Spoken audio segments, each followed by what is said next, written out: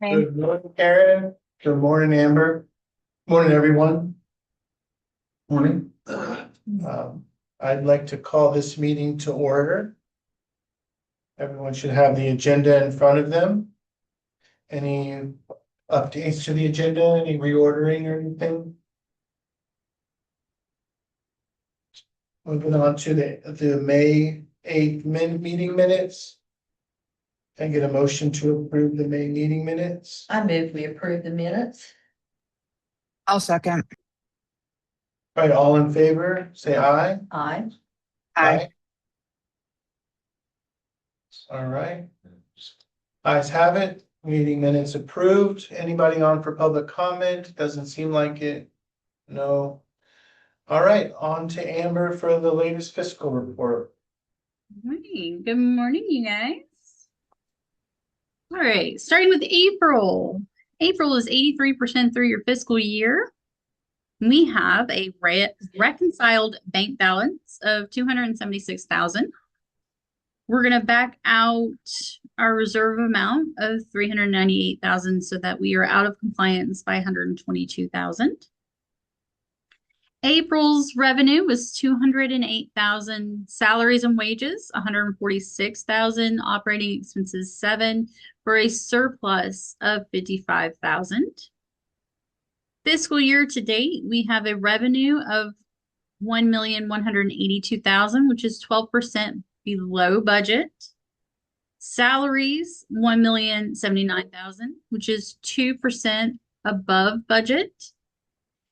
And operating expenses of $309,000, which is 14% above budget for a deficit of $205,000. Accounts receivable in April was $156,000. $59,000 of that, or 38%, was the West Virginia Treasury. Any questions in April? Just a question on the revenue. Well, that obviously wasn't the EH invoicing. No. What was the big revenue? That would be also our state aid. The state aid. Yes. Thank you. It's the only question I had. What is the progress on the accounts receivable number? So we've actually gone through $22,081.01 so far and have kind of cleaned that off from the old days, over 365 days. So Winnie's been put forth a lot of effort there. There's a lot of little ones and some bigger ones that she's been going through that one real low. So to date, since we started, it's 22,000 that we've kind of cleaned off of accounts receivable, and MMSOB is still maintained billing out. And I think we've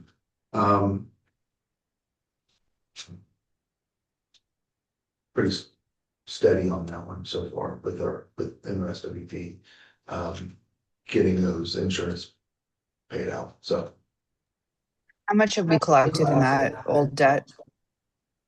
and the old debt, none, we wiped out 22,000 that was over 365 so far. So off of that. And I think you'll notice when we move from April to May. Now this is up to as of yesterday, so June 11th, we figured out 20,000. If you look back, it had I'm gonna go back to that one page. Over 365 was 87,754. And once we go to May, you'll see like we're down to 73 at the beginning of May of 73,625 is what's over 365. So we're slowly down with that. Winnie's put in some work for that. So Is the plan to get that done in June? the plan is it's hopeful. Hopeful. It's a lot. Like I said, there's a lot of $5, $7. there's tons there, and there's a process to it. Amber walked us through that. There is a bit of a process, a lot of back and forth between different sections of QuickBooks to put in here, then go here, and so it does take a little process along with some of the other aspects that Winnie's doing. Sure. I would just encourage you to get as much as you Absolutely. can off this fiscal year, so you're not carrying Correct. that in the next year. We gotta take the medicine this That is- fiscal year. Absolutely, the hopeful plan. Okay. We're going to hopefully see a huge dent from that next financial report. Yeah, and I think to Karen's other point is, now that MMS has been doing this for a couple months now, like, what is their percent collectability on the stuff they've been given? Like, if they started in January and we build 10,000 in revenue, how much of that have they collected?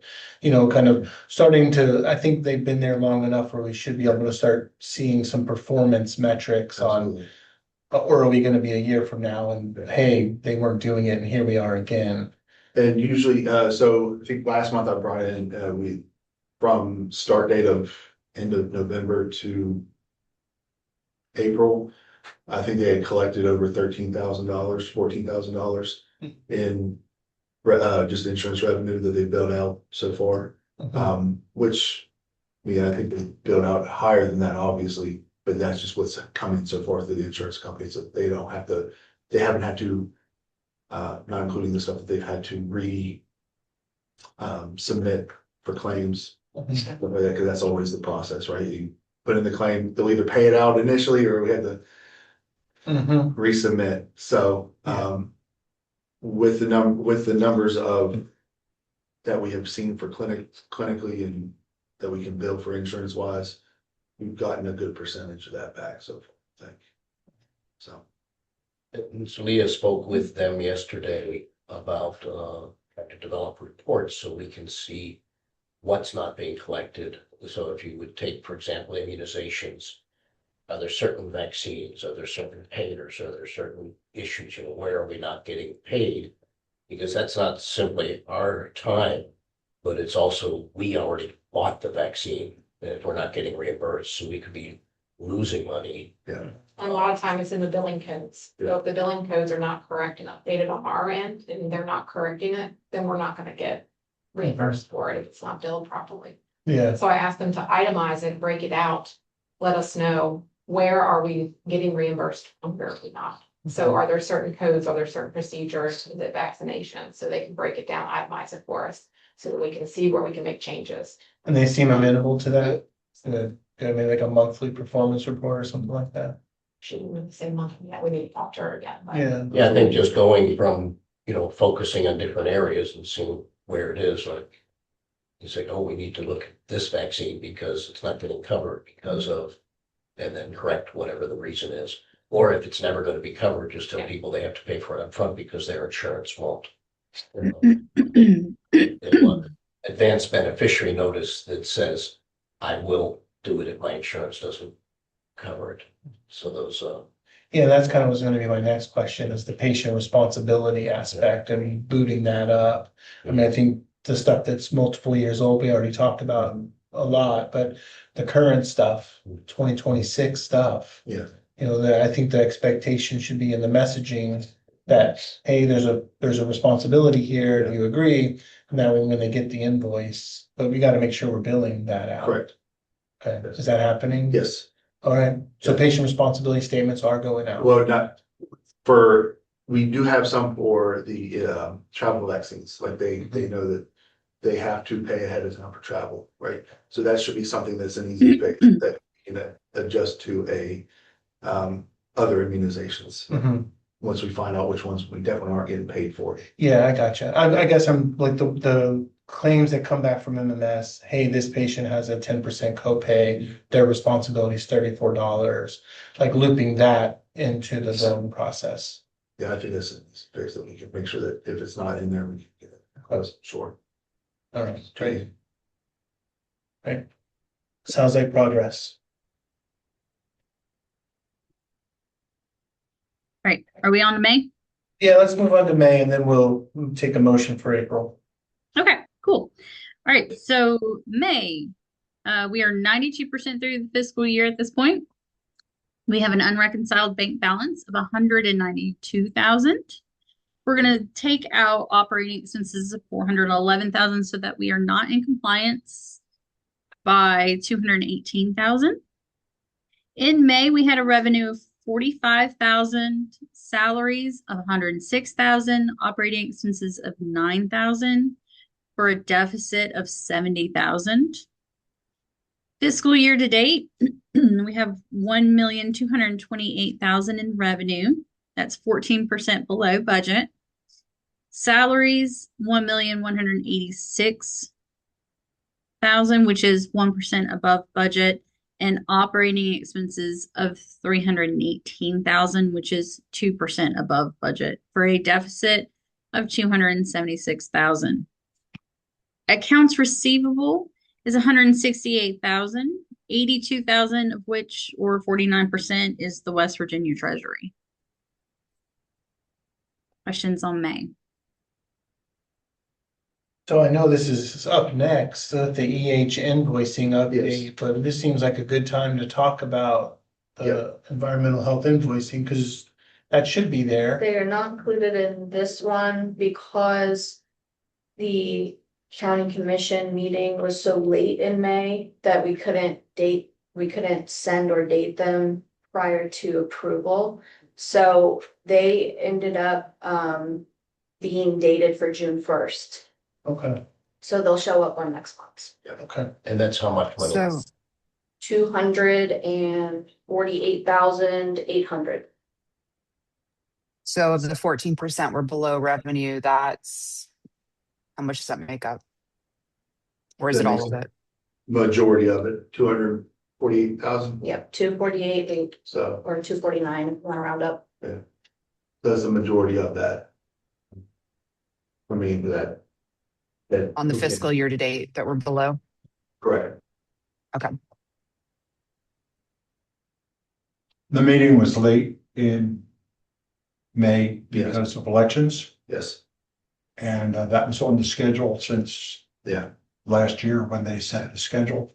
Yeah. Someone is claiming that we canceled that meeting just so he couldn't have his 3 minutes. Unbelievable.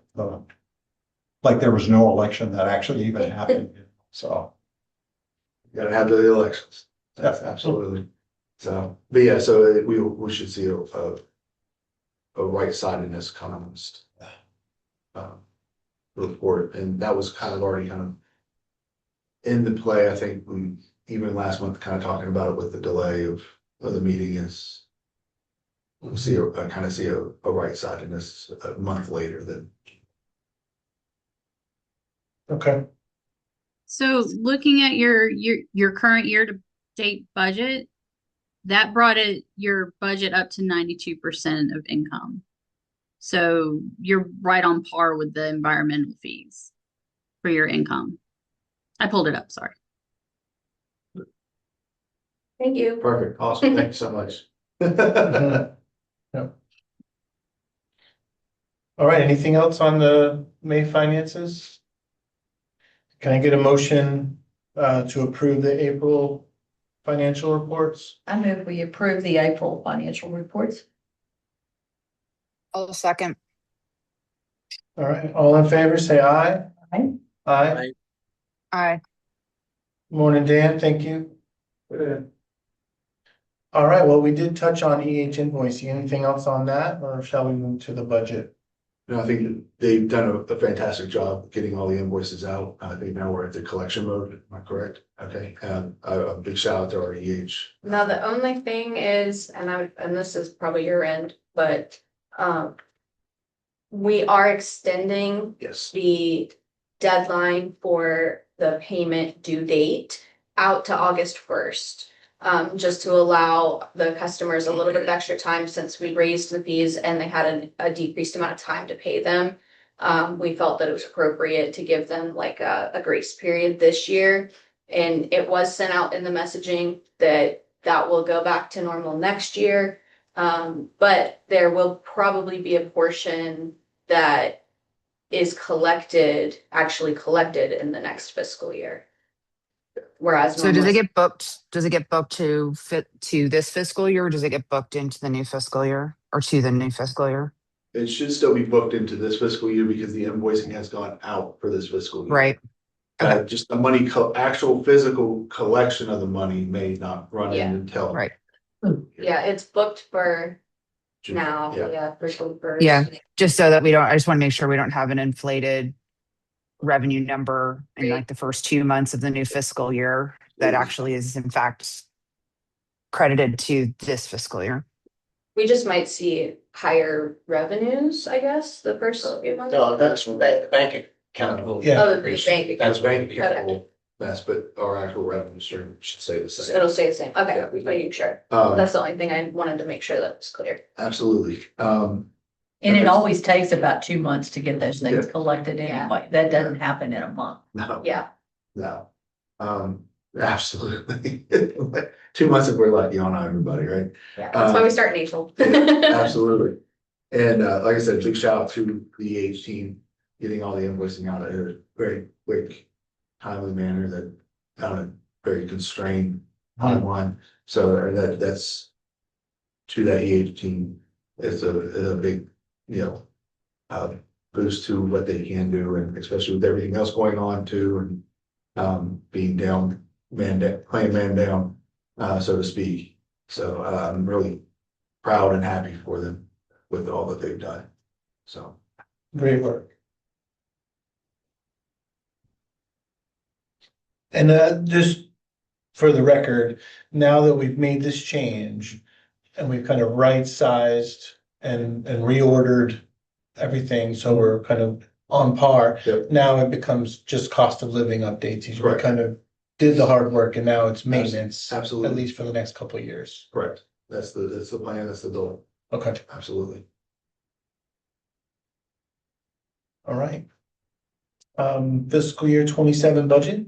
So as you see, like we put out the budget proposal for fiscal year 27. That's with the new revenue fees, for 27, as Brandon talked about for those who did go to page 31, by the way.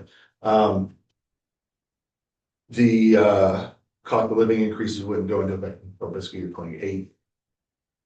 And make those adjustments. So these are current, what we have for fiscal year 27, our EH fees.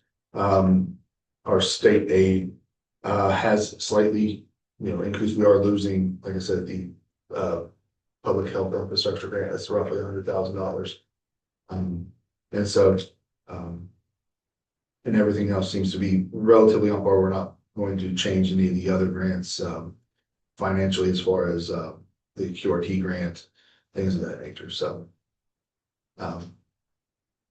no expected change in any of those. That infrastructure grant loss is a big deal. Absolutely, it's a huge hit. Yeah, How long were we getting that? 3 years. 3 years? Yeah.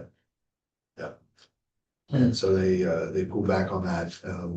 Obviously, starting last year too with the immunizations grant, we lost $35,000 out of that. And so we're down to 15,000 for immunization grants, like pre-COVID, I think.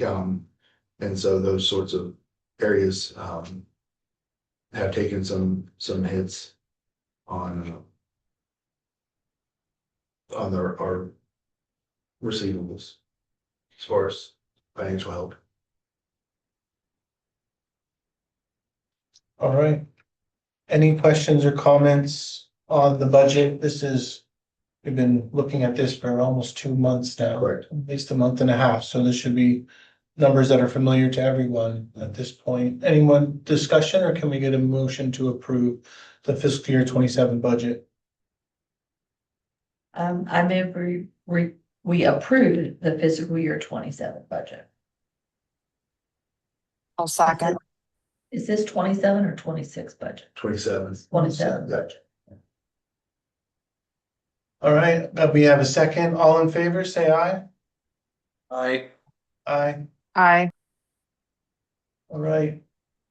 4 ayes.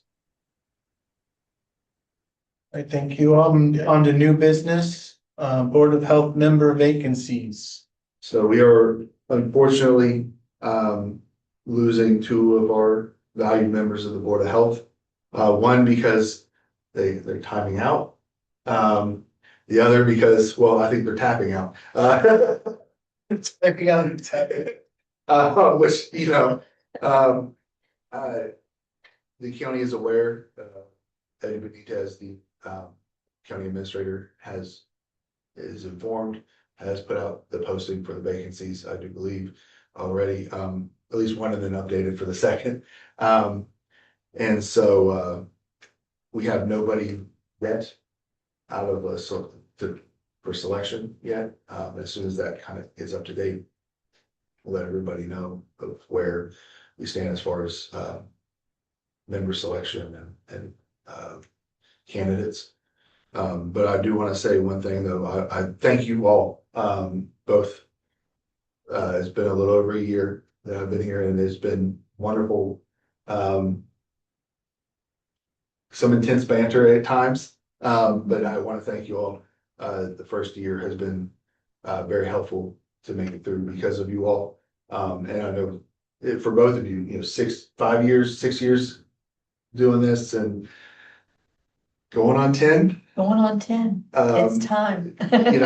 So trying to keep this place in the right direction and keep it afloat and steering couldn't have happened without you all, and I really, really appreciate it. And I say that from not just myself, but as the health department, and everybody here, that we really thank you all both. It's been a pleasure. I'd like to echo that. Ann was here when I came on board, and then COVID hit, and Ann was very involved in that as a volunteer at the vaccination events for you and family, many times, as well as being a representative of the food business, gave us a different view of what's going on there and the horror of that. And then a lot of turmoil, and helping get new board members as others kind of tapped out as they got exhausted. You got exhausted too, but you stayed in there and have kept it going for several years, and thank you. Well, And- it has been my pleasure to sit here.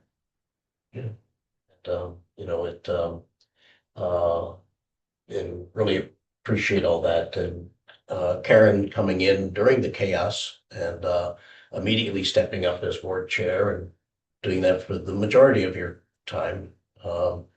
And helping with a lot of knowledge of, parliamentary or other things, as well as just the leadership and early morning calls, Zoom meetings from California and everything else. Appreciate although you could be a paid board for $10, it's mostly a volunteer board. Thank you. Wait, we can get paid for this? Thank you. Kind That's what goes for our $10 goes to the budget deficit reduction act. We appreciate that. Too bad it's not put in a savings account where we can earn interest and maybe get a little bit more out of it. I just want to say thank you all, and it's been a privilege for me to be part of this. And hopefully, I certainly have learned a lot from everyone around the table, and I'm just incredibly proud of this team, and look forward to the future. And Alexis, you're becoming a mom, and I'm very excited for you. And but hurry back. I hear the kid thing is like way overrated. So and Brandon, you've certainly stepped up, and really appreciate all that you've done and the team as a whole. So please share that on my behalf. And as I shared with Chair Brandon earlier this week, I know we've still got some legislative loose ends probably to get tied up. And I was following obviously the conversation, and I'd like to continue to help get that finished, even as in my capacity as a private citizen. So we'll take some time actually next week to sort of start through that. Thank you. I echo all of Karen's statements as well. It's been a privilege to be here, and I've probably learned as much as I've been able to give back. But I think it's time for some new blood to come up with some new ideas here of how to keep some funding going. And it is becoming more and more crucial that the county step up to help us as well.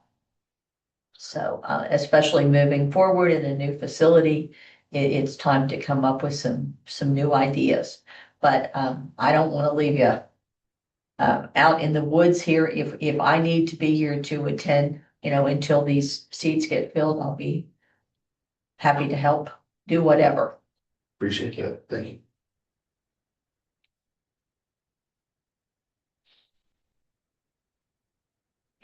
The awkward silence, actually. Yeah, I just feel compelled to just thank Karen and Ann, both of you, well, I guess I was at one point the newest member of the board, but now that we've got Laura and Dan, I'm no longer the newbie. And I can't believe my term I've actually been doing this close to 4 years.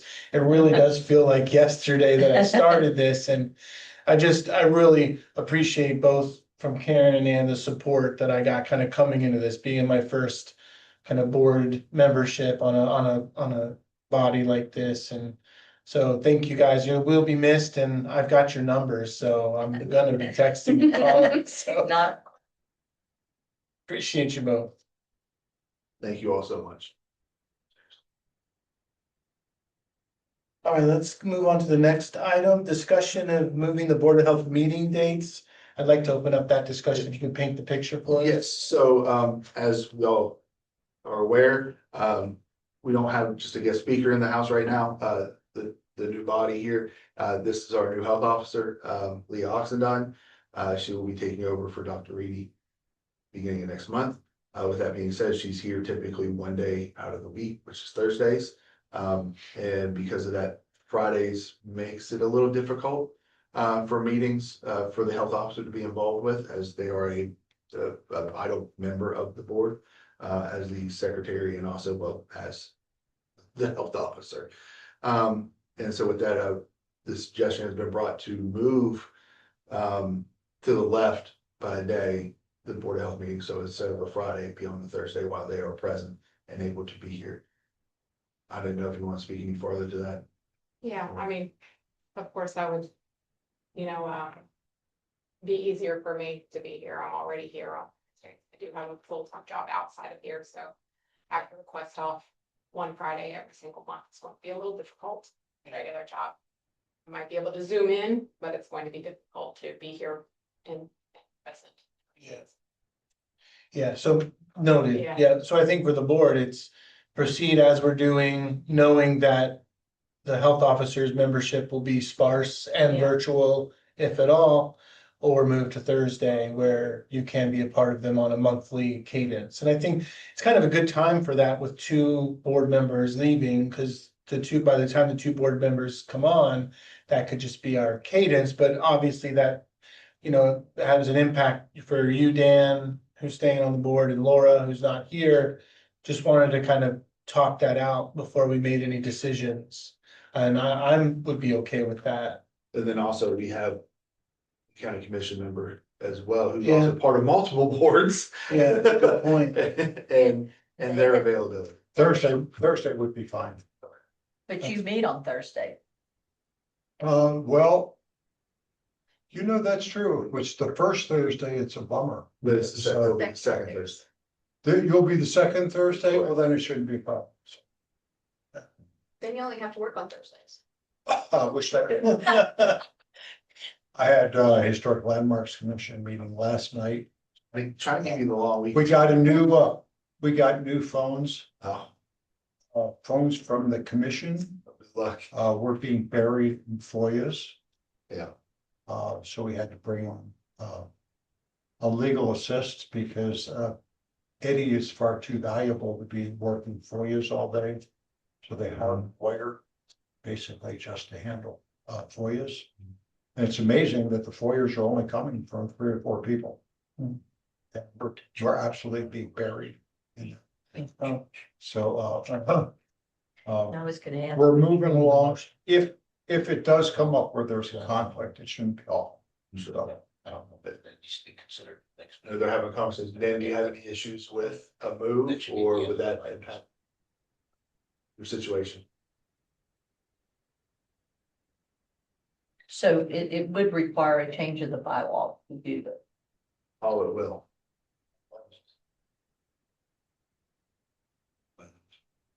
So Dan, curious your thoughts. I know Karen and Ann vacating, really, it's kind of you, me, and Laura who's not here. I can make it work. Okay. I mean, it makes sense. So, Question of quorum, Is because it's a 5-member board. Right. If for some reason we drop to 3, you could still have a meeting and 2 would constitute a quorum, right? If there's only 3 appointed. No, I think it's. Or does the bylaws say that it has to be 3? It's I just a think quorum, so 3. it is just a quorum. A quorum of 5? Majority. No, Majority. it has to be a majority, so 3 out of 5 is fine. You can still operate. Well, what I'm saying is if you only have 3 appointed members, can majority be 2? If it only says majority, then, Says, because I'm looking at worst case scenario where I get what you're saying. Dan isn't Yeah. appointed and no backfill for Karen. Can you still function with 3 people with 1 absence? What we have done in the past when the county commission was lagging with appointing people, the people that were in the seat just kept attending until that appointment took place.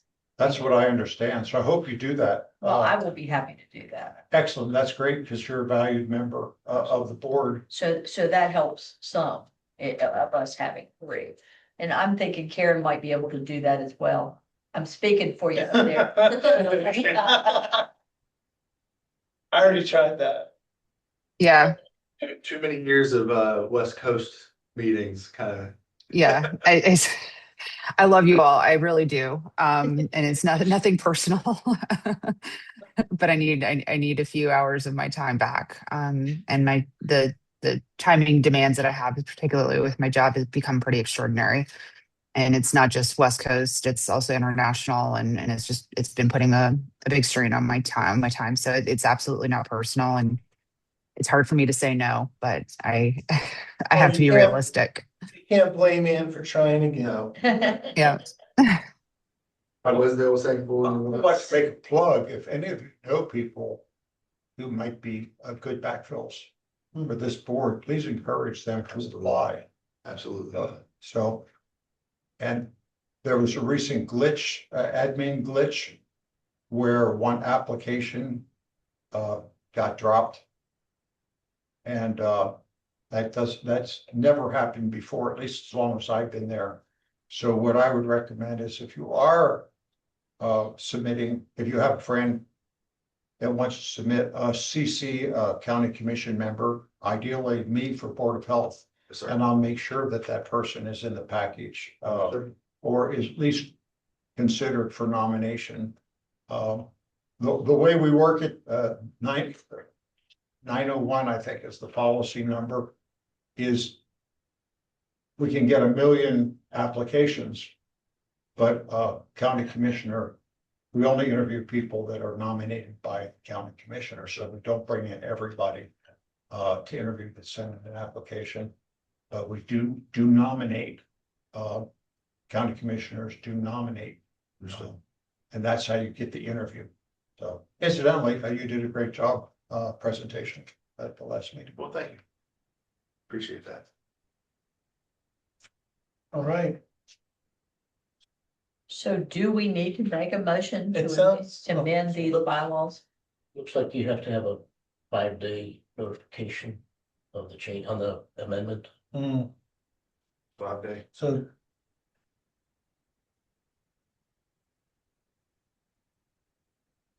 So at the next Please meeting, hold. you could change it, or you. That meeting. Put the be right back message. well, we did provided a written notice of the proposed changes given to each member 5 or more days prior to the meeting and placed upon the agenda at a time. I mean, we have it on the agenda, but I'm not sure that we discussed it with everybody ahead of time. All right, well, then we can push this to next month and we'll put a motion next month, and that'll give Laura an opportunity to weigh in Absolutely. as well. Perfect. Dan, anything? I have a quick question about appointments. Which I mean, so Karen and Ann, which seats are you in? I am Shepherdstown District. Okay. What about you, Karen? I'm Cabletown, but Cabletown. we're not assigned by district. It's just you can't have more than I think two per district, and then there's a limitation on number.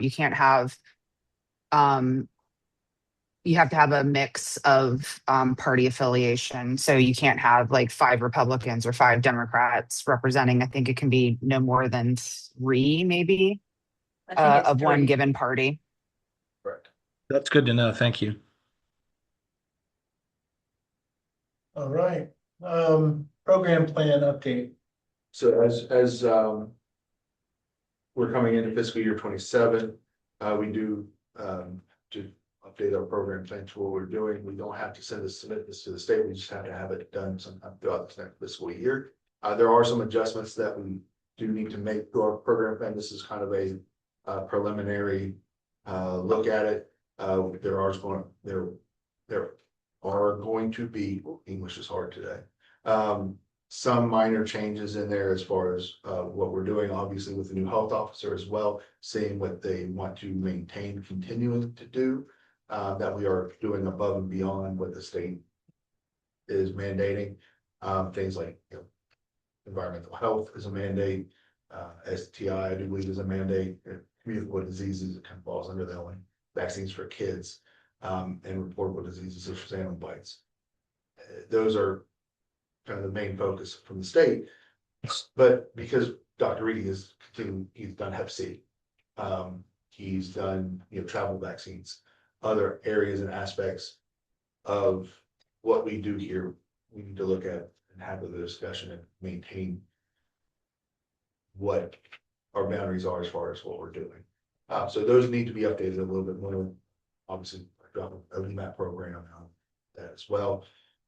But this is just like I said, preliminary look for us to kind of get an idea of what we've done kind of last year and some of the changes that we're going to see this year. So it was mainly for y'all to look at, and I think gander at, and kind of get a feel for it prior to us kind of making those changes in it. So. And so I do have maybe a thought and a comment on this as you Absolutely. guys kind of continue to dig in on this. It's just kind of looking at it. I mean, it seems like I know a lot of work has gone into it, but like this is our guiding document. Correct. This is our lighthouse, plan the work and then work the plan, Correct. and so I think as new board members come in, like this program plan is like, here's what we're doing. Yes. And then I'd also just kind of add, like, here's what we want to do. Here are the constraints to what we're doing. Almost like a red light, yellow light, green light, the things that we're stopping this year because of the constraints. And like it really being the map for anybody, any external stakeholder, what's going on at the health department? Well, here's our program. Here's what we're doing. Here's what we want to do. Here's what we can't do. Yes. And making sure that's clear across all of these different domains. I think we continue to invest in that. And if it continues to be our vehicle for communicating what we're all about. Absolutely. So good work on it and just keep it up. We'll make sure that we very clearly define, areas that we are hoping to explore, avenues that we're hoping to explore and look at, and definitely clearly define what we're actually physically doing in-house, so that people can see that, this is where we want to grow into, right? Like this is the path that we want to take, with what we're definitely doing and available is, as you said, we are going to get new members that they need to have a good understanding of. This should be the baseline of their understanding, and it should be clearly understood. Yeah. So was the plan for it to be finalized by next month? I should have a final copy out for everybody to review next month. All right. We should have some time to be able to sit That will down. give us time to really Go over it. go. Absolutely. We haven't had that much opportunity yet due to just varying things going on. Vacations, physical ailments, sorts, so, And hopefully get it more than just a few days. People can work this out. Absolutely. And as soon as we finalize that will come out in a whole separate email.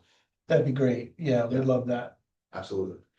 I think it would be helpful for a board member to think if there's certain areas that they think the board should, I know we've got 2 vacancies, but for instance, in the plan for this year, we had firearm, safety or violence issues as a possible, we never got traction on it. There is increased discussion amongst the different community Absolutely. partners, but that's something that, you need a critical mass of people doing it. Otherwise, just putting it there, and if you get one person to do it in addition to 20 other things, it's not going to happen. So I think, where we put our resources is very important. We have to put it on the required things. And that doesn't leave us much else. So if it's something we can't do, there's no sense putting it in the plan. Yeah, well, I defer a little bit because I think it can also show, here's the things that we'd like to do, or the things that ideas and opportunities within this realm, but the constraints, and it could be, financial, personnel, regulatory, there could be things that are preventing us from doing it, but I also think it is a place to highlight the things that we would like to accomplish, even if it's, consideration section, or something like that.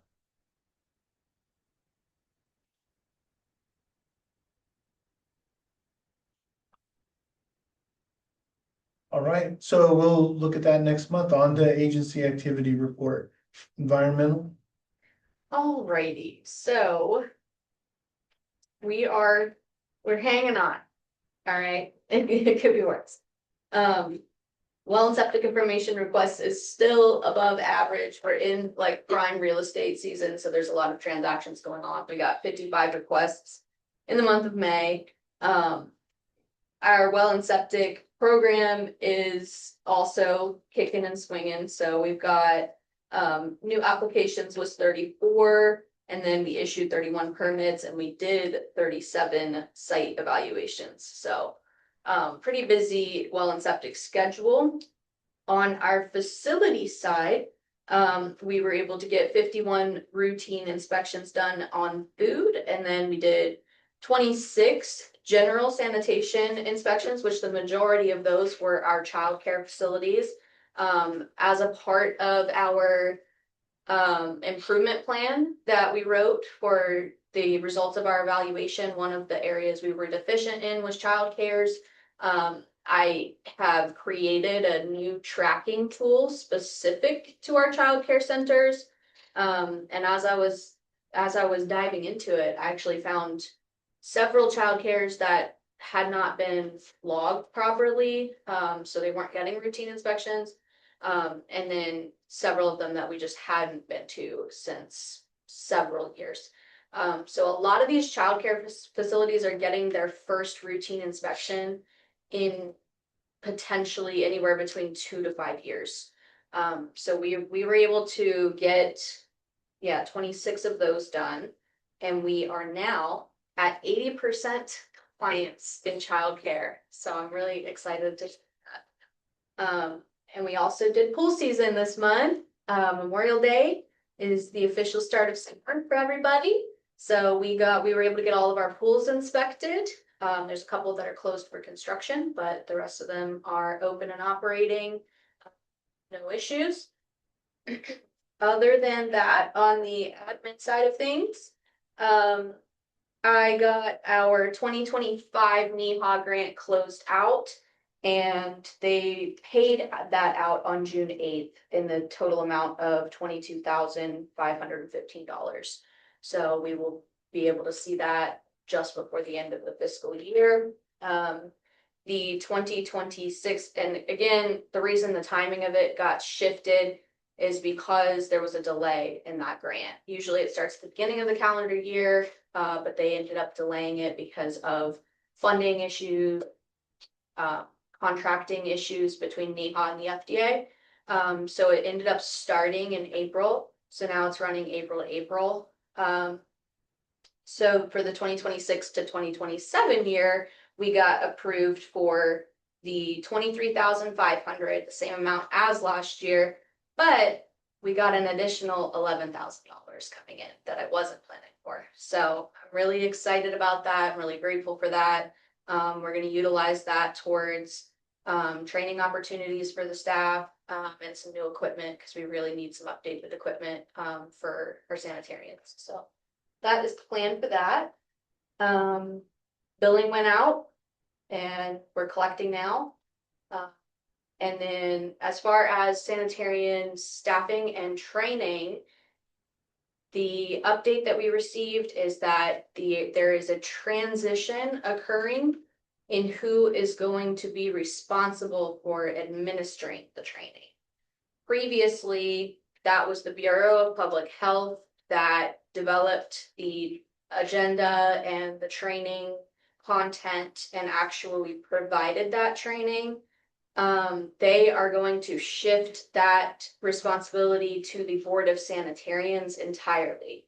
So the Board of Sanitarians is going to have to come up with a program from scratch, essentially. A new training platform is going to have to be decided upon, and the content and schedule will have to be decided upon by them. I did just get word that they are having their next fourth sanitarians meeting June 17th, and they got the Zoom link to attend to hear about what their plans are going to be for that. But the main thing I want to stress is that if I were to hire someone today, there's nothing I can do with them until the board makes a decision on how they want to train the new sanitarians. So it's entirely out of my hands That's currently. crazy. Yeah. It almost seems like it would be imprudent to hire someone Right. in this environment, you know, like, Yeah. I mean, I think if somebody comes along, like, obviously we have to be realistic too. Are there any candidates, anybody applying? Are you seeing any? We did get a list of candidates from the DOP. I just have their resumes, but me and Brandon talked about it, and we just feel like for the time being, we would rather delay reaching out to those candidates because just exactly what you said, it just feels like Resume-wise, they're so standout. bringing someone in right now that we have no ability to even plan for what they can do. It's just not gonna work. So Sure. we're gonna delay our Is that a public forum meeting, the Board of Sanitarians? It is, but you have to request the link to it. So I will get that link, and if you would like it, I can send that over to you. Yeah, if you could send that to the board. Yeah, absolutely. For anyone who might want to listen, I'm actually kind of interested to hear what they have to say. That's a big deal. And that isn't something they're gonna be able to flip a light switch on. That's gonna take a The while. concern is that this announcement from Bureau of Public Health came out just this month. Yeah. And obviously legislation was passed in March, so the question of, well, who is going to do the training took several months to decide. Now it's decided, and now it's gonna be, okay, we're doing it, but how do we do it? That's gonna be a big lift for the board. Because the board is made up of regular sanitarians, just like me. So it's not state officials, they're not affiliated with the state, they're just local health department sanitarians. Interesting. That are gonna have to figure this Well, out. hopefully they'll recognize the importance of a fully virtual option. So Okay. The other question, because reciprocity was part of, like, immediate reciprocity was outlined in the law. And so is there a way, especially for the open positions, like if you could do a specific job posting, even if it's somebody that's like a retired, person, either with federal or another state's licensing, to come in even on a part-time basis, because the reciprocity should be done, should be immediate. if we were to hire them temp, with no benefits, we can post on Indeed and do that sort of deal. Since these are, what is considered, I always call them merit, but full-time positions, we have to go through the DOP and the NeoGov linking. Right. But what I'm saying is, to sort of better way to skin a cat is, do you create to part-time or, a part-time position or temp position or whatever, so that, maybe that allows you to backfill the needs while the Board of Sanitarians figures their stuff out. There is a possibility of bringing on contractual individuals who are already. Right? Huh. But the thing is they have to be willing to. They have to currently Yes. hold a state of West Virginia license. Correct. The reciprocity that we talked about and that the legislation talks about refers to the separate piece of legislation that states that all licenses outside of West Virginia shall be recognized inside of West Virginia. Currently, the Board of Sanitarians has not adopted that officially as a means of business and vote. They have a No. The current the legislation that was passed this year also had a specific call out on reciprocity because of the delays that it took for the Board of Sanitarians to recognize and set up a reciprocity thing. The legislation that we just passed this year, sorry, the legislation that was passed this year had a specific call out that it was immediate recognition. Yes, that was what we passed. The board was supposed to have adopted those reforms by May. As of right now, there has not been a formal adoption. Currently, they have a policy on the books that says that anybody coming in holding a credential from another state still has to go through the West Virginia training. So Right. until No, I they know. change- That's what we were.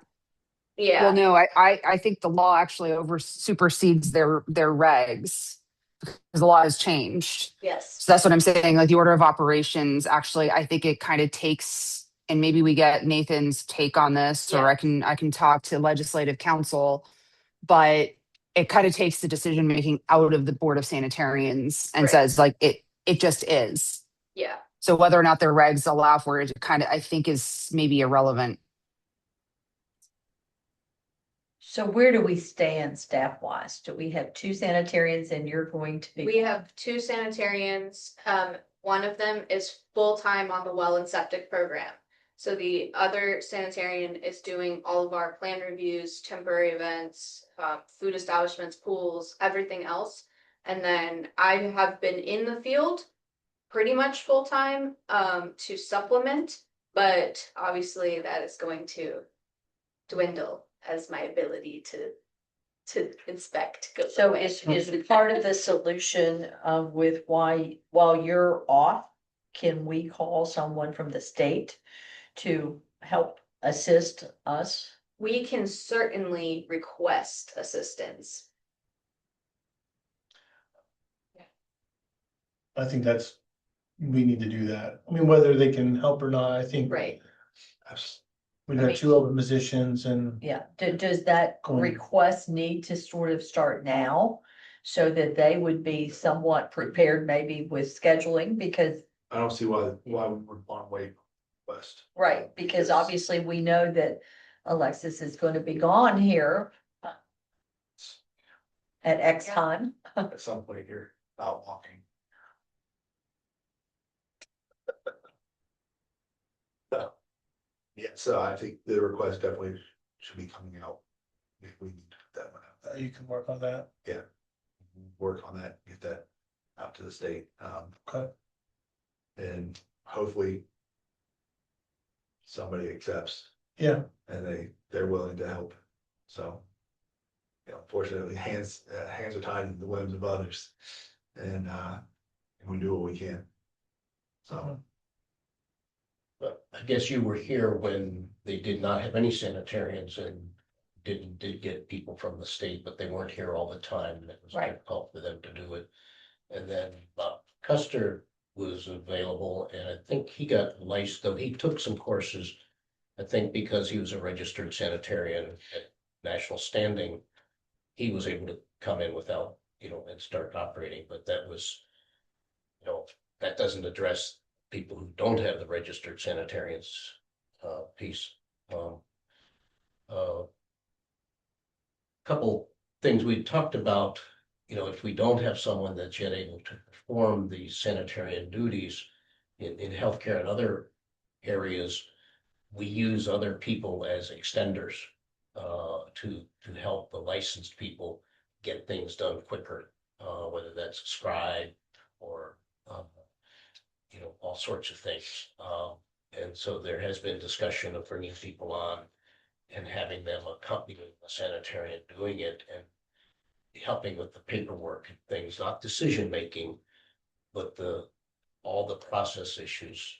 So that is something that we're considering. So maybe one of these candidates, though we can't yet give them a timeline, most of the learning they're going to do is by being on the job with someone that knows it.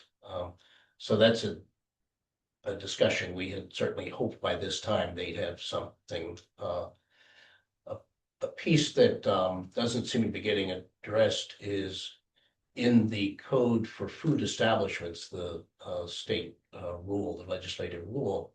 It does say at the bottom that I think that the commissioner of health will ensure that local health departments have training in food. That's half of what we do. So I think that they are required to do that, as I read the law, that they can't say it's not our responsibility.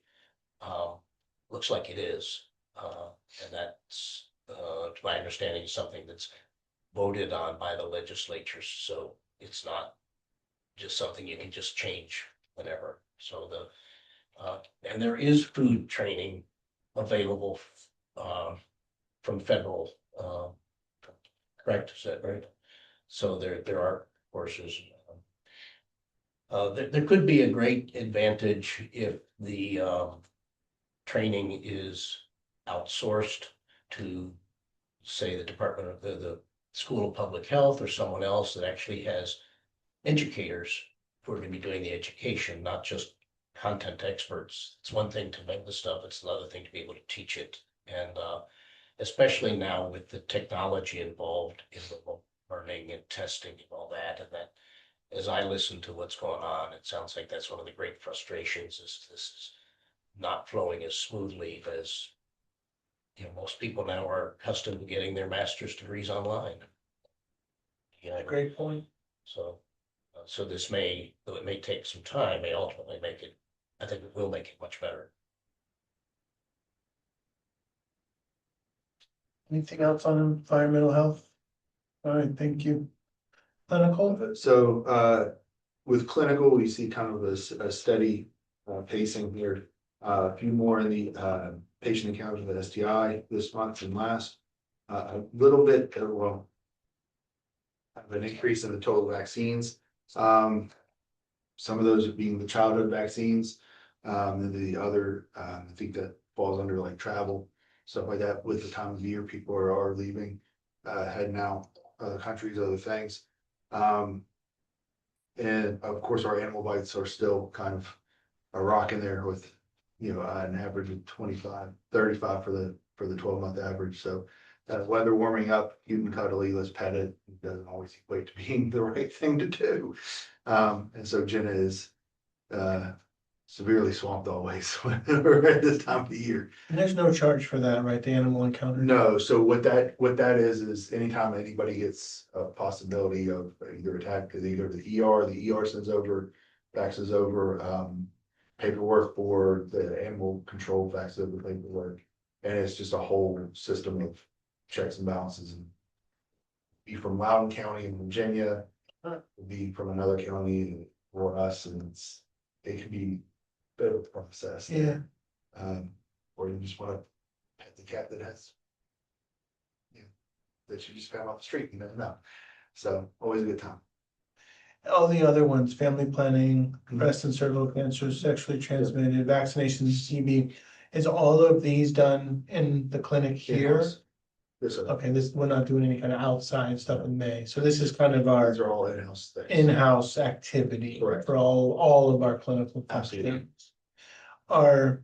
So the family plan, like the first three, I'm just trying to get a sense of Oh, yeah. what we're billing for on this list. Is everything down through TB we're So billing for? come to find out, there is a few things with the STI. I think PrEP is one of them that we have not been billing for, that we could start billing for, that we can. That's been an ongoing conversation with myself, the nurses, will bring Leah in for what our fee schedule is and what we can be billing for, what we should be billing for. Prep was one that got brought up to us or to me from the nursing staff that we should be billing for that we have not been billing yet. Okay. So So that would there- be an extra bullet here. at that some would point be in the extra future. under sexually transmitted infections. I guess what goes with that is potentially creating a sliding scale Correct. for those two So- services. So there's no upfront fee. Absolutely, like our VFC or admin fee is set from the state. You can't change any of that, but admin fee for people coming in, for other things, we can do a sliding scale fee. We can create one, we can, we can have these wiggle room, so to speak, some play, so to speak, in these areas that while we don't want to drastically affect the clientele that we have, right? We have to understand our clientele that's coming in here, why they're coming to say us and not a primary care or somewhere like that. We also need to make sure that we are doing our due diligence, much like we did on the EH side, to effectively be able to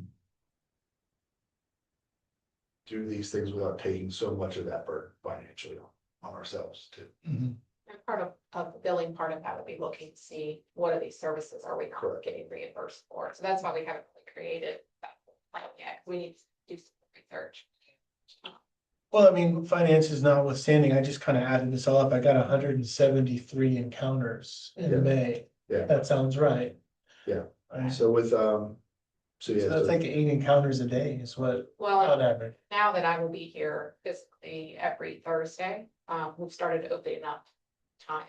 That could grow. Right, because previously it was only 2 half Thursdays a month. It was very limited time to get a lot of these people in. So being here physically every Thursday, we're gonna be able to offer morning hours, afternoon hours. So we're trying to figure out how that's gonna work, because we don't know what patient load we'll get. But hopefully opening up more of those services. And then messaging that availability out Correct. Right, through channels. Yes. All right. Well, I mean, 173 patient encounters a month. I mean, that doesn't sound like. I mean, that sounds like a lot. That doesn't sound like we're, It's- yeah. 8 on average a day. Yeah, so we could do a maximum of 260 a month per nurse. So we're getting there a Yeah. little bit, yeah. We'll have to, as part of that, I have to look at some of the detail, like the tuberculosis patient encounters, just what that means. Some of these encounters, we actually never really do much of a face-to-face. It's coordinating the care with the TB specialist in Charleston, and has a lot to do with our requirement with reportable diseases. That's in theory covered by our threat preparedness grant. So those hours should be charged to that. That becomes a lot of time, but it doesn't show up as regular visits. Got it. All right, great. Anything else on clinical? No, sir. All right. Health officer report. So one, I don't know if you were going to go much into the plan of correction, but I was. But you more welcome to go into it. So I'll just start, you can fill in the blanks. We had our inspection 2 months ago, or right up and a half ago, and the preliminary, we were aware there were deficiencies in the number of food service and childcare inspections done. We were aware of that even before the inspection.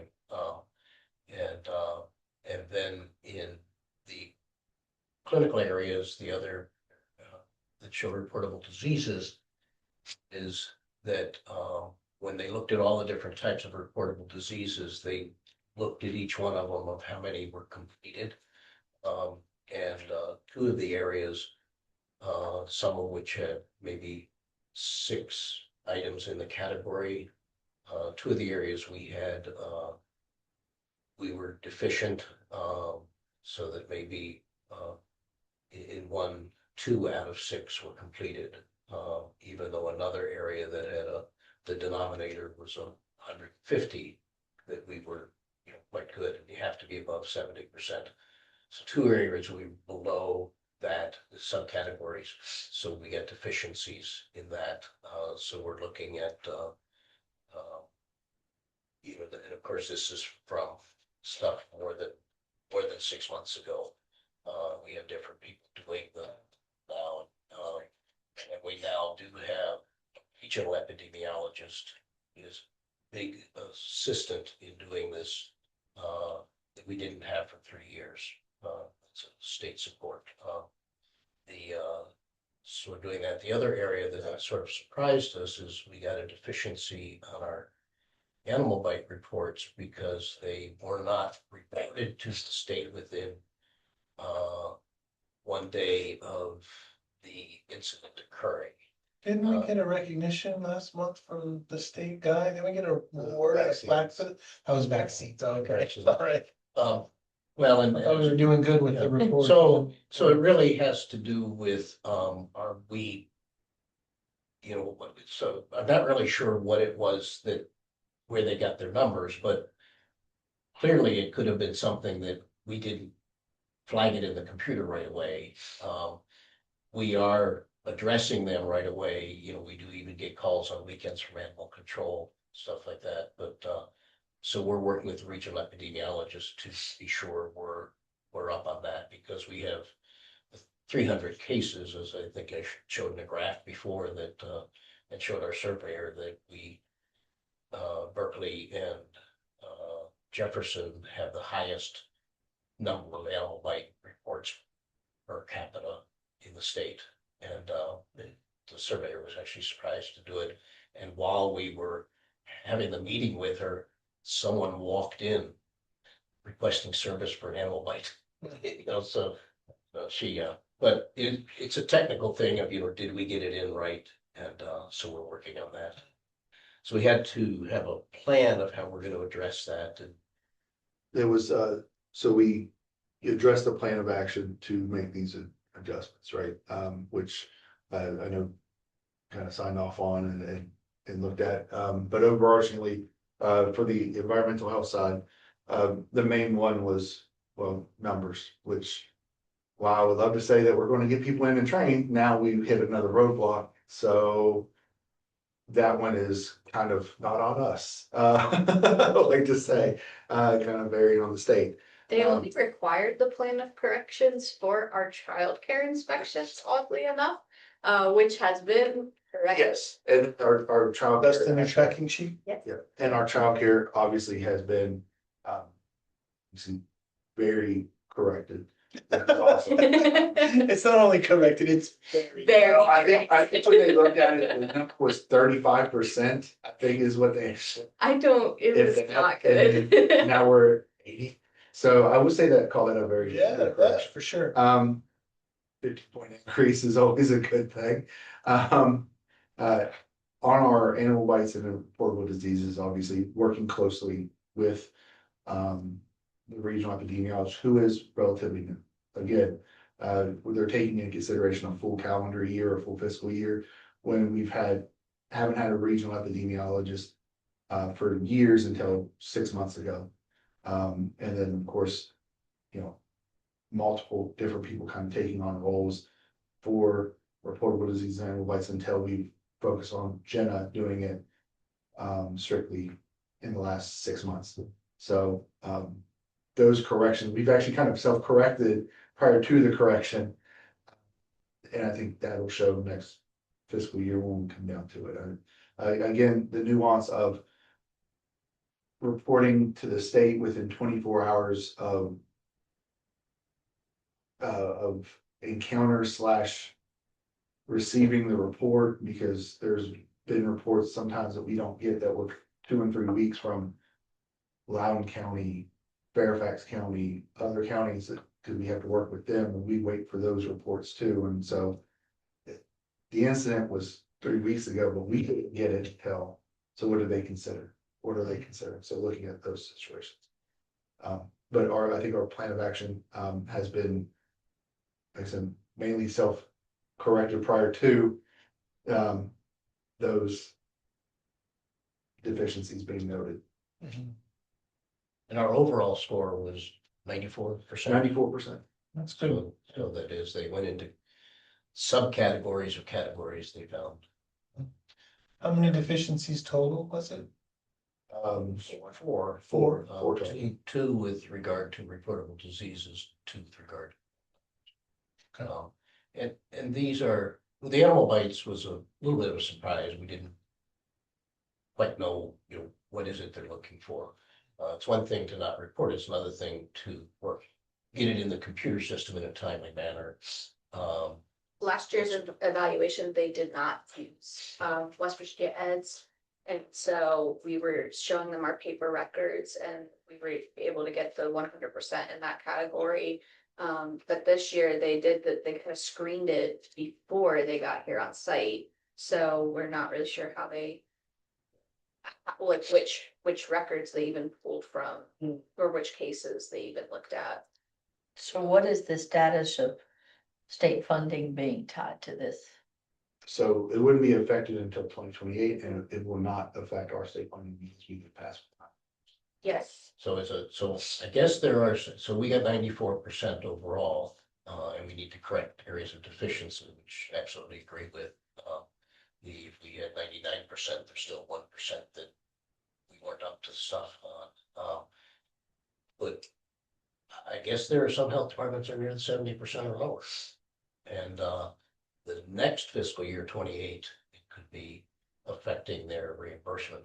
And of course, it becomes the question, do those places need more assistance rather than less, or regionalization or whatever? But it's, that becomes a different question of whether they're withholding funds is the best way to manage it. It's an interesting thought. All right, thank you. Other area in the health officer report is we've been getting a lot of communications from the state that they want us to share. It's up to us to decide to share it with all the healthcare providers in the area. But it's mostly stuff that's hitting the news, that it's the news cycle, and whether that's really worthy of alerts to people, because you get too many alert fatigues, they don't pay attention when you really need them to. So, for example, the hantavirus on board a cruise ship. So there were 5 cases of a relatively uncommon disease with 2 deaths. That's important, but it's not a public health concern here. And to just make it part of our news cycle, it's like there's lots of other things we need to worry about that are really happening here. Screwworm in Texas has moved up from South America, and it's in Texas. We got that thing a year ago and they're sending it out again. So, it's something we have to be aware of as practitioners, along with hundreds of other tropical diseases of travelers. So it's not something I'm going to disseminate. Ebola, every year there's an outbreak of that, or Mpox or something else in Africa. And sometime one of these is going to cross the boundaries and come here. It's interesting for the news. It does not immediately affect things. There's so many things everyone in the emergency room and urgent care needs to say, what if this is anthrax? What if this is a novel bioterrorism? You can flood them with all these things that are happening across the world that may never come here. And then the other big one is measles. So measles continues to increase. In 6 months, the US has had more cases than they did all of last year. So it continues to go up. The 2 hotspots now are Utah, which is kind of overwhelmed the providers because usually with the measles, you try and do what we call containing, where everyone that was in contact with a case, like we did early in COVID, you should contact them and tell them they need to quarantine and need to retest them. And 2 years ago, there was one person in Morgantown who had traveled overseas and came back with measles. They had only had one of their 2 vaccines in their lifetime. They had 200 people identified as contacts.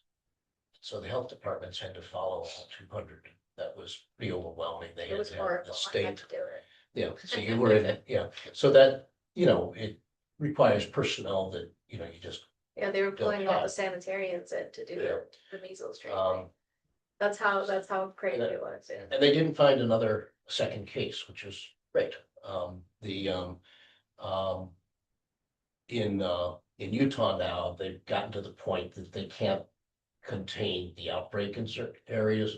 So they're just trying to mitigate. So those who were at greatest risk, they're trying to decide, do you send everyone home from school for a month? Or, there's same things we had with COVID, but measles, it's going to be the same once this becomes part of the background of the community. We've only had that one case in the last few years in West Virginia. Virginia had a few cases in the last 2 years in Northern Virginia, I think 1 or 2 in the Winchester area. I don't know if they were commuters or not. Now there's a big outbreak. South Carolina had a big outbreak this past year. Now there's an outbreak in Virginia, mostly around the Richmond area. I think it's 60 or more cases. So it's not something that's affecting us, but it's a matter of time until we have some cases. And that's going to be hard as we're stretched thin. We don't have sanitarians to draw on. Who's going to do what, and the state's going to end up probably having to help with that because trying to contact. I mean, what if it's someone here who works in DC, in a crowded office? It's like, how do I It takes contact time. everyone in other states? It takes them extra. Yeah. So these are, practical anxieties that I'm glad to. Worry about. Who's the one advocating for these alerts? Oh, well, the state, we are responsible. They send out these health alert notices. And some of them are very reasonable, and I mean, they're all reasonable. They want you to But it's cascade. just that as we communicate with others, you want when someone gets the email from the local health officer for it to be something they actually pay attention to. We all have these boxes that are filled, and you say, "Oh, there's one from that. I better read it." But if it's all things that are esoteric, certainly if there was 2 cases in Frederick, Maryland, that would be very different. Mhm. And so I think we have to filter. They say, think globally, act locally. So we need to know what's going on. We don't need to have everyone's brain thinking about what's happening elsewhere. You got other things you got to concentrate on here. But once it becomes an issue for here, because we get reports of someone got off the plane in Dulles Airport and tested positive for measles. So let everyone know. It's like, who knows what people are getting when they get off from Dulles and where they came from and all that. So we're not sending out to the press every time that happens. Someone, got off the plane in Dulles. It's just going to create hysteria. Okay. So, but if you like the stuff about screwworm and all that, I saw a picture of one on the TV this morning. Ugly. Nice. Yeah. Close it up. Close it up. Oh, I don't know how to finish all that. Screwworm and everything, geez. No, on the administrative side, obviously we continuing to try to restore billing cycle with them, so be looking at to have done our environmental health fees and updating. I do want to go into a kind of a personal situation now as the administrator. One, this will be Dr. Reedy as well as last meeting as the health officer. I know we all kind of gathered around and did a thing, but I do want to say my gratitude and my gratefulness for him being our health officer, bringing me on board, bring most of us on board, I think, in some form or fashion. And it has been a very, very interesting year and 3 months, Dr. Reedy, give or take. But thank you from not just me not just the health department, but I think everybody here in the county, honestly, whether they know it or not, should be grateful for everything that you've done for the county. COVID, all the way up to now, and so thank you, seriously.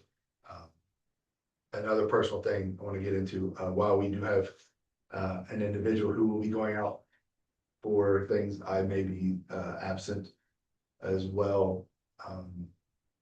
Don't know for sure when. There will be surgery for myself coming up in the future. Back issues. Thank you, Uncle Sam. So I might be out unless I do have a date as well as the staff will know, everybody in the board health will know as well for that time as well. So didn't want to surprise anybody and be like, it's out. Oh, like, other than that, we're going to hopefully continue in the footsteps and the legacy that Dr. Reedy has left. And hopefully, do our best to right this ship and keep it going. Thank you. You've been a great Board of Health person, also a great friend. Thank you. I will miss you very, very much. Having been here when we brought you on board and leave with you is quite an honor. I have been very, very blessed to have been here with you. Thank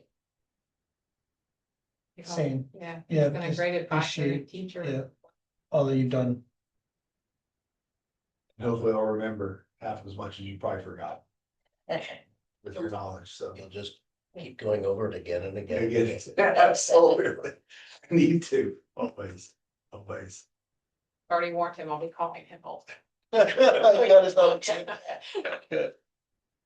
He may not make as quick an exit as he thinks. I do know.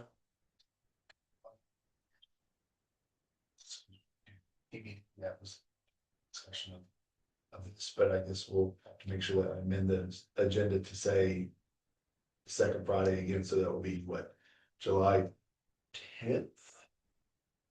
Is our next meeting? Sounds right. Okay, I just want, But yeah, we'll check our calendars to be sure. I mean, we could, I'm not advocating for this, but we probably could do the meeting on Thursday and then change the bylaw. Like on that meeting, but let's just keep it Friday, absolutely, yeah. and then change it going forward in August. Like I said, I want before we move Yeah. on to, because I know that's the next true closing of it is the next When's our meeting next date, meeting? so. All right, put that one out there before you. All right, but I pull the trigger.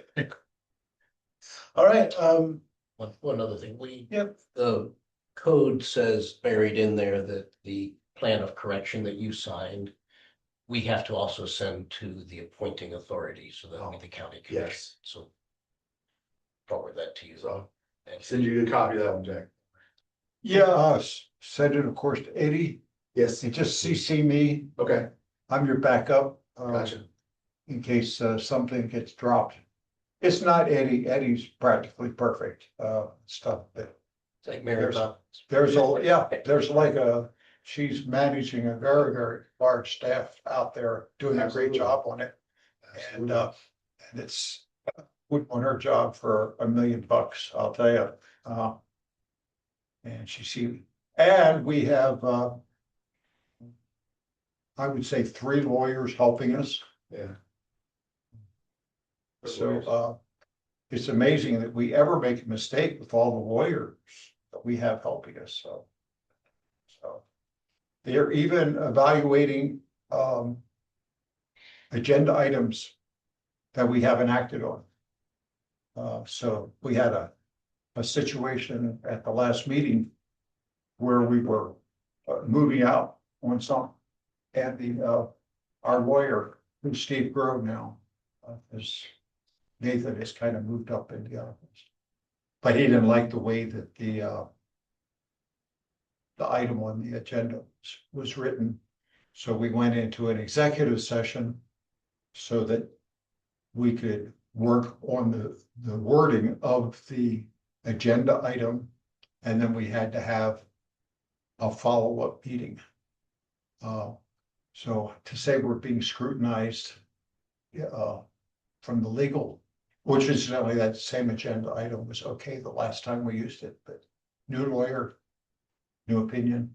So it's pretty interesting. And of course, there was a lot of confusion about that. Yeah. That those horrible county commissioners are having another secret meeting. We don't decide anything in a executive session. It's not legal. We have to do it in open or it's not real. Correct. So that's just my plug for the day. If anybody asks. I'm not sure that was agendized, Jack. Yeah, I know. It was my personal So, comment. Yeah. I apologize. I have to hop off. I don't know if I need to stay on for adjournment, but I do No, have to let's run to the hear job. it. All Can I get a motion to adjourn? right. So moved. Second, All right, all in favor, say aye. hi. Aye. Aye. Thanks, Karen. Karen, Thank you guys. All right. We'll see you guys later.